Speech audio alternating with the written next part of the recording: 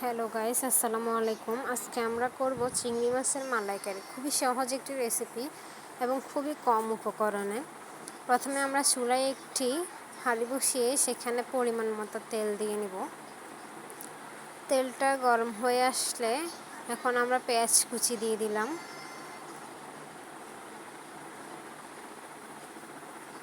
এখানে আমি বড় সাইজের দুটো পেঁয়াজ নিয়েছি, আপনারা চাইলে কমিয়ে বাড়িয়েও নিতে পারেন। পেঁয়াজগুলো কিছুক্ষণ নেড়ে ছেড়ে ভেজে নেব। একটু বাদামি করে ভেজে নেব পেঁয়াজগুলো ভাজা হয়ে গেছে। এখন আমরা এই পর্যায়ে দিয়ে দিলাম নারিকেল বাটাটা দিয়ে একটু নেড়ে চেড়ে নেব। এখন দিয়ে দিব বাদাম বাটা। আপনারা যে কোনো ধরনের বাদাম ব্যবহার করতে পারেন, আমি এখানে কাজু বাদাম ব্যবহার করেছি।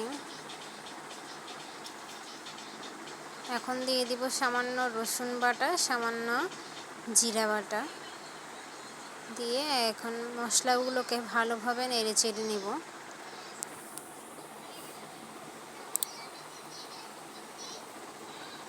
ভালোভাবে নেড়ে চেড়ে কষিয়ে নিব মশলাগুলো।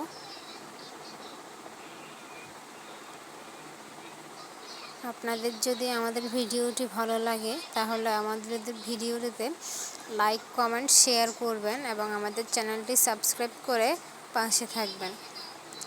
মশলাগুলো নাড়াচাড়া হয়ে গেলে আমরা এখন দিয়ে দিব মরিচের গুঁড়ো, লবণ, স্বাদমতো লবণ এবং হলুদের গুঁড়ো।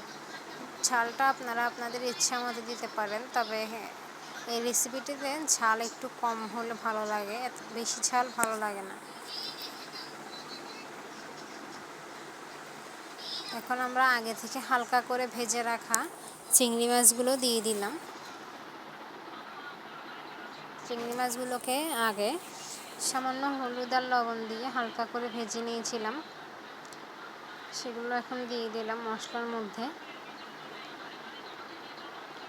এখন ভালোভাবে নেড়ে চেড়ে কষিয়ে নিব।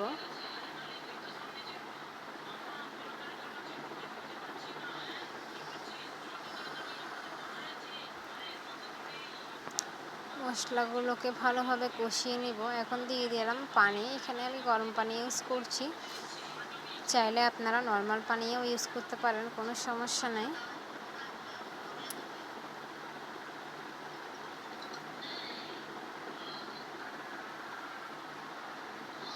পানিটা দিয়ে কিছুক্ষণ ঢাকা দিয়ে রেখে দিলে আমাদের চিংড়ি মাছটা রেডি হয়ে যাবে।